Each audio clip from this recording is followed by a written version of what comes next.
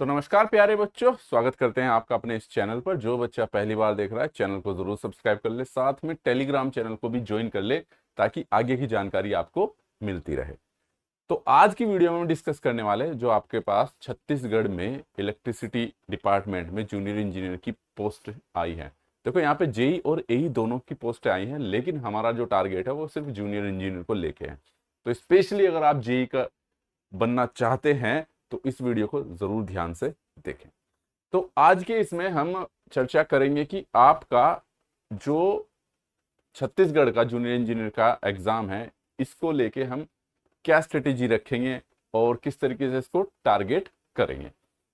Last वाली video में मैंने सिलेबस को डिस्कस किया था, यहाँ पे भी सिलेबस ले रखा है क्योंकि उसी के हिसाब से हम रोड मैप बनाएंगे। भाई मोटा मोटा सबसे अच्छी बात है 100 नंबर का क्वेश्चन पेपर है, 20 का टेक्निकल है और 80 का, सॉरी उल्टा बोल गया मैं, 20 का आपका नॉन टेक है और 80 का टेक्निकल है। कहने का मतलब है इलेक्ट्रिकल जो इंजीनियरिंग है बहुत ज्यादा डोमिनेट कर रही है। और जहां तक मैंने सिलेबस एनालिसिस किया है, सिर्फ केवल और केवल 4 किताबें पढ़नी है आपको ढंग से। Basic electrical, electrical machine, power system भी पूरा नहीं, सिर्फ एचवीडीसी, और चौथी है आपके पास पावर इलेक्ट्रॉनिक्स। इन 4 बुकों को आप ढंग से पढ़ लो। और प्रीवियस ईयर का पेपर हम सॉल्यूशन करा रहे हैं, ऑलरेडी प्लेलिस्ट बनी हुई है, ओल्ड पेपर जाके प्लेलिस्ट में देख सकते हो आप। एससी वो CSEB के नाम से बनी है, ठीक है, वहां पे आपको मिल जाएंगे प्रीवियस ईयर के पेपर के सॉल्यूशन भी। ठीक है, हमारी क्या स्ट्रेटेजी रहेगी, आपको कैसे तैयारी करनी है, वो सभी इसमें हम चर्चा करेंगे। भाई क्लियर है? तो प्रीवियस ईयर के पेपर में भी हमने एनालिसिस किया, जो सॉल्यूशन हो रहे हैं उन जो कंटेंट उन्होंने दिया है उनसे बाहर एक भी क्वेश्चन नहीं आया है, यानी कि उन्होंने प्रॉपर सिलेबस को फॉलो किया है। भाई तो मैं यहाँ पे टेक्निकल और नॉन टेक दोनों की बात करूंगा भाई। ठीक है, देखो यहाँ पर जो है आपके पास बात की जाए कि अगर आप बात कर रहे हैं जनरल नॉलेज की, किसकी, जनरल नॉलेज की अगर बात कर रहे हैं हम, यहाँ पर जनरल नॉलेज में करंट इवेंट्स है आपके पास और नेशनल, आपके पास क्या है, नेशनल और इंटरनेशनल। तो भाई नॉन टेक के बहुत सारे चैनल हैं, नॉन टेक मैं नहीं पढ़ा सकता हूं, मैं सिर्फ टेक्निकल पढ़ाऊंगा। तो नॉन टेक के करंट इवेंट्स का मतलब ऐसा जरूरी नहीं कि सिर्फ आपको छत्तीसगढ़ की करंट इवेंट्स आएंगे, नहीं, इन्होंने साफ साफ बोला कि नेशनल और इंटरनेशनल, इसमें सारी चीजें आती। भाई हमारा फिलहाल की आईपीएल कौन जीता, वर्ल्ड कप कौन जीता, इस तरह के ये खेल से संबंधित, राजनीति से संबंधित जितने भी करंट इवेंट्स होते हैं आपके पास वो क्लासेस चलती हैं। ठीक है, तो कहीं से भी आप पढ़ सकते हैं, या करंट इवेंट्स के नाम पे आपके पास छोटी सी बुक आती है। ठीक है, बहुत सारे अलग अलग कंपनी की, अलग अलग प्लेटफॉर्म की हैं, तो उनको आप देख सकते हैं, पढ़ सकते हैं, कोई इशू नहीं है उसमें।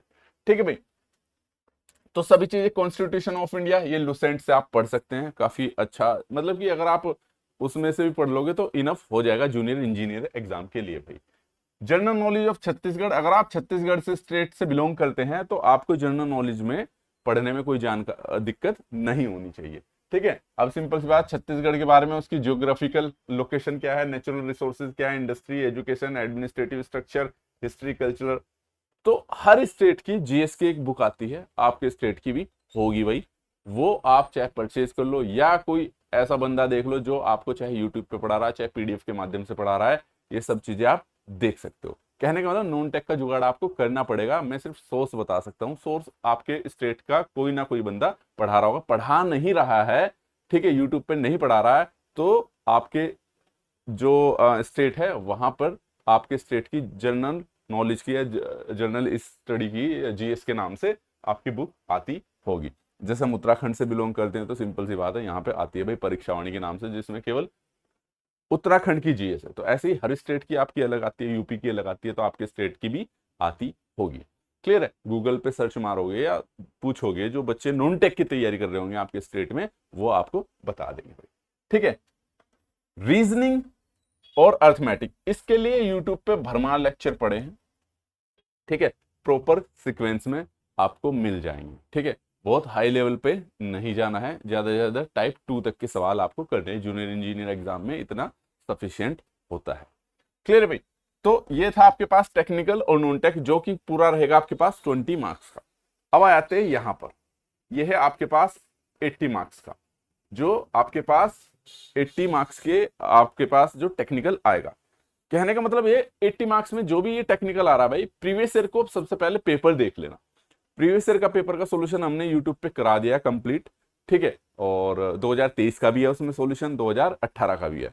तो कहने का मतलब उससे आपको आइडिया लग जाएगा कि लास्ट ईयर का पेपर किस तरीके का आया था।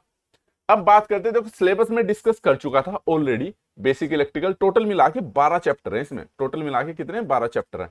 इनमें से कौन से में लाइव रहेंगे और कौन से रिकॉर्डेड, वो मैं आपको बता दूं। क्योंकि यार सिंपल सी बात है, मान लो मेरे से आप ओम्स लॉ पढ़ोगे, मैं ऑलरेडी पढ़ा चुका हूँ। Resistance, resistivity, Kirchhoff law, series parallel combination of resistance, ये मैंने ऑलरेडी पढ़ा रखे हैं। यानी कि ये वाला फॉर्मेट आपको मिलेगा रिकॉर्डेड फॉर्म में आपके पास, ठीक है। रिकॉर्डेड फॉर्म में मिल जाएगा आपके पास। तो सबसे पहले तो आपको यही पढ़ना है। फिर इसके बाद आता है इलेक्ट्रोमैग्नेटिज्म।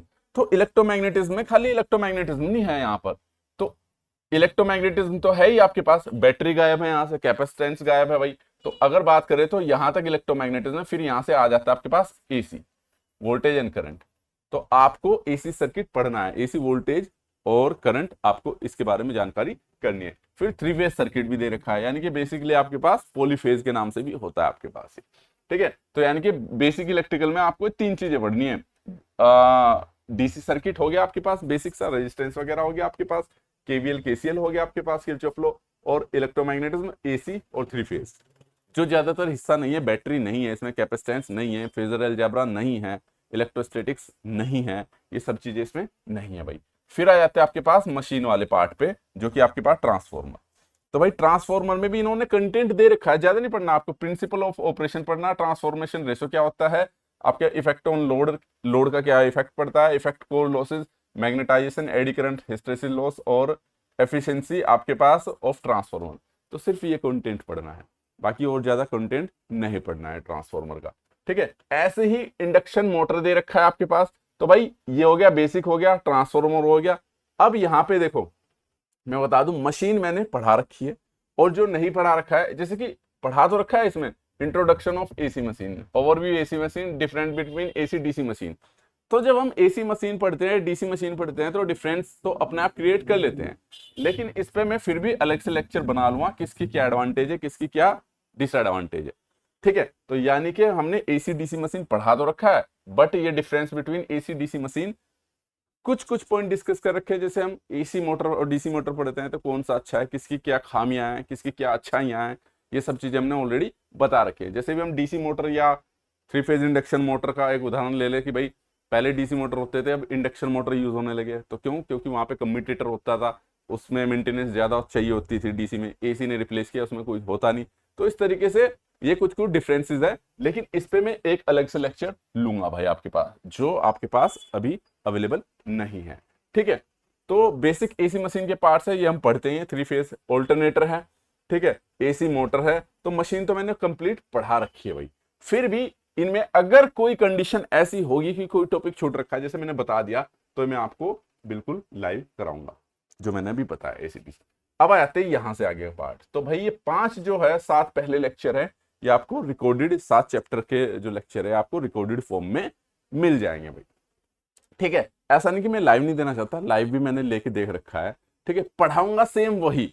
और मेरा फंडा यह है कि अगर मुझे लगता है कि हाँ ट्रांसफॉर्मर में किसी लेक्चर में कोई कमी है, तो मैं उसमें एक लेक्चर अलग से ऐड ऑन कर देता हूं कि किसी कुछ कमी रही है तो, या कोई नया कंटेंट आया, नया टॉपिक आया है, तो वो मैं ऐड ऑन कर दूंगा। या आप दिए गए नंबर पे कॉल करके बोल सकते हो कि सर इसमें ये टॉपिक ऐड कर दो, ठीक है।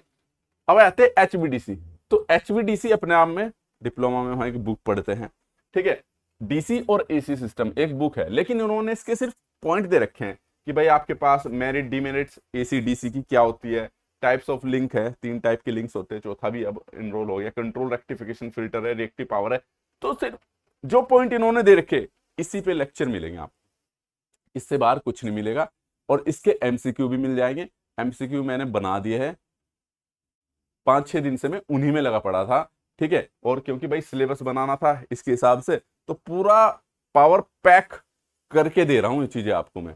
कहने का मतलब सारी चीजें क्वेश्चन आपको मिल जाएंगे अभी में, इसलिए वीडियो भी थोड़ा देरी से आया। और दूसरा मैं इस पे काम भी कर रहा था, एचवीडीसी एसी पे एमसीक्यू भी मैंने बनाए हैं, साथ में प्रीवियस ईयर के क्वेश्चन के भी एचवीडीसी के क्वेश्चन इसमें डाले गए हैं भाई।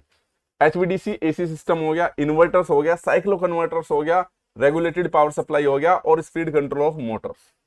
तो भाई ये जो कंटेंट दे रखा है इसी सिलेबस के हिसाब से ये वाला पोर्शन रहने वाला है मेरा लाइव, यहां से 8 से लेके 12 तक ये वाला रहने वाला लाइव, क्योंकि बिल्कुल फ्रेश कंटेंट है, बिल्कुल नया पढ़ाऊंगा, ठीक है, नए सिरे से पढ़ाऊंगा, ठीक है। अब आप कहोगे सर वो क्या नए सिरे से नहीं है भाई।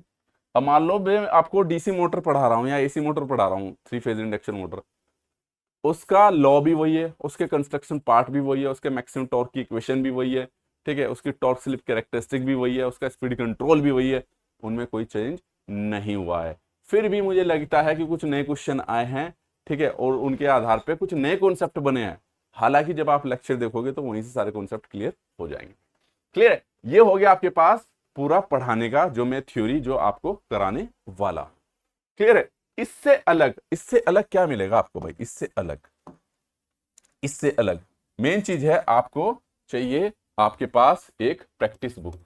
क्या प्रैक्टिस बुक, ठीक है, जो कि होगी ई बुक, और वो होगी आपके पास बिल्कुल एज पर सिलेबस।